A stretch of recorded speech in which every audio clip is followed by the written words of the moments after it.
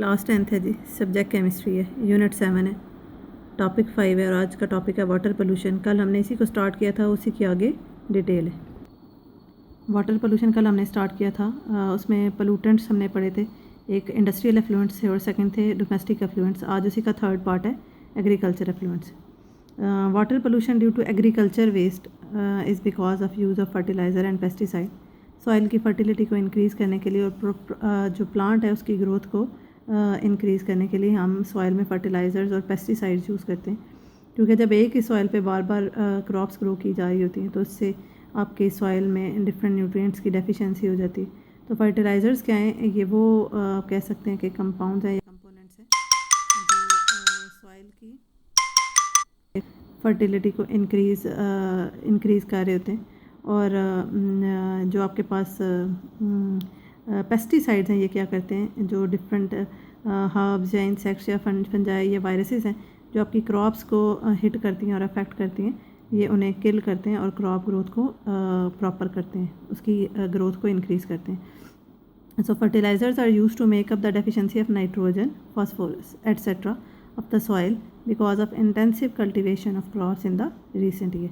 Nitrogen, phosphorus और potassium NPK ये basically 3 basic fertilisers हैं, ये 3 बेसिक आपके कह सकते हो कि कंपोनेंट्स हैं जो सॉइल की फर्टिलिटी को इंक्रीज़ करने के लिए रिक्वायर्ड होते हैं। On the other hand pesticides are used either directly to kill और control the growth of pest. और पेस्ट क्या हैं, that may be weeds, herbs, insects, fungi and viruses. और ये क्या चीज़ें हैं, ये सारी वो चीज़ें हैं जो क्रॉप को डैमेज करती हैं या फिर ट्रांसमिट करती हैं ह्यूमन बीइंग और एनिमल में डिफरेंट डिजीज़। तो इनको किल करके हम प्लांट ग्रोथ को इंक्रीज़ कर सकते हैं, हेल्दी क्रॉप्स जो हैं वो हम ग्रो कर सकते हैं। Agriculture effluents have dual effect. First one के intensive cultivation of crops causes these chemicals from fertiliser and pesticides to seep into the ground water. के जब हम सॉइल में ये फर्टिलाइज़र्स या पेस्टिसाइड्स यूज़ करते हैं प्लांट ग्रोथ को इंक्रीज़ करने के लिए, इन्हेंस करने के लिए, तो इनमें जो डिफरेंट केमिकल्स प्रेजेंट होते हैं वो वाटर सॉइल के पोर्स में से मूव करके ग्राउंड वाटर में ऐड हो जाते हैं। और इस प्रोसेस को क्या कहते हैं, लीचिंग प्रोसेस कहते हैं, क्योंकि सॉइल के पोर्स में से जो आपके केमिकल्स हैं वो लीक आउट होकर ग्राउंड वाटर तक जाते हैं। So that process is called leaching process. So high nitrate content in the ground water, ये जो केमिकल्स हैं ये क्या करते हैं, ग्राउंड वाटर में नाइट्रेट की कंसनट्रेशन को इंक्रीज़ कर देते हैं, जिससे हम क्या कह सकते हैं, high nitrate content in ground water is mainly because of irrigation run of from agriculture field.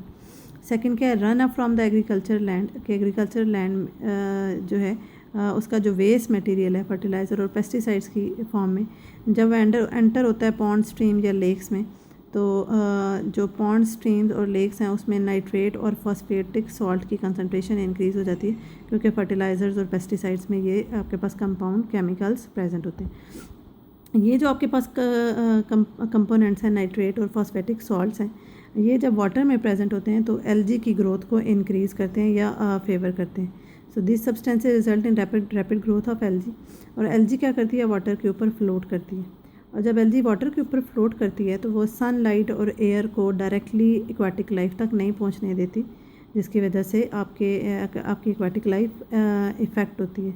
और जब ये एल्गी के प्लांट्स जो हैं वो बायोडिग्रेडेबल है, हमने कल भी पढ़ा था, जब ये डाई होते हैं तो जो बैक्टीरिया इन्हें किल कर रहा होता है वो वाटर में डिज़ोल्व ऑक्सीजन जो प्रेजेंट होती है उसे कंज्यूम करता है, जिससे वाटर में डिज़ोल्व ऑक्सीजन की डेफिशिएंसी हो जाती है और उससे भी एक्वाटिक एनिमल्स जो हैं वो अफेक्ट होते हैं। तो एल्गी की डिकम्पोजिशन जब बैक्टीरिया करते हैं तो उसके रिजल्ट में क्या होता है, oxygen depletes in the water, that mean oxygen की डेफिशिएंसी हो जाती है वाटर में, जिससे एक्वाटिक लाइफ्स जो है, ये एक्वाटिक एनिमल्स जो हैं that feel suffocation and ultimately die due to insufficient supply of oxygen. Effects हैं हमारे पास वाटर पोल्यूशन के, ये 3 एफ्लुएंट्स हमने पढ़ लिए, industrial effluents, domestic effluents and agriculture effluents. अब हमारे पास है effects of water pollution. Water pollution has the following effect. First one के अगर आपके पास वाटर में डिफरेंट केमिकल या इम्प्योरिटीज़ या कंटेमिनेंट्स प्रेजेंट है तो that is health hazardous for human, it is hazardous to human health, क्योंकि ह्यूमन हेल्थ के लिए डेंजरस होता है। और इस पोल्यूटेड वाटर को ड्रिंक करने से different disease like cholera, typhoid या डायरिया लाइक डिजीज़ हो सकती हैं। सेकंड क्या है कि अगर हम इस पोल्यूटेड वाटर को यूज़ करते हैं तो that is not only devastating for people but also for the animal and birds. ये सिर्फ ह्यूमन बींग्स को अफेक्ट नहीं करता, ये प्लांट्स और एनिमल्स को भी अफेक्ट करता है और बर्ड्स को भी अफेक्ट करता है। थर्ड क्या है कि जब हम इस पोल्यूटेड वाटर को यूज़ करते हैं तो इससे क्या होते हैं, इस पोल्यूटेड वाटर में जब पोल्यूशन आ जाती है, एफ्लुएंट्स आ जाते हैं, तो उससे वाटर में एल्गी की ग्रोथ इंक्रीज़ होती है, और जब इसकी डेथ या डीकम्पोजिशन होती है तो उससे वाटर में ऑक्सीजन की डेफिशिएंसी हो जाती है, जिससे वो एनिमल्स या ऑर्गेनिजम्स जो वाटर में अलाइव होते हैं उनकी लाइफ अफेक्ट होती है। ये हम ऊपर भी अभी पढ़ चुके हैं।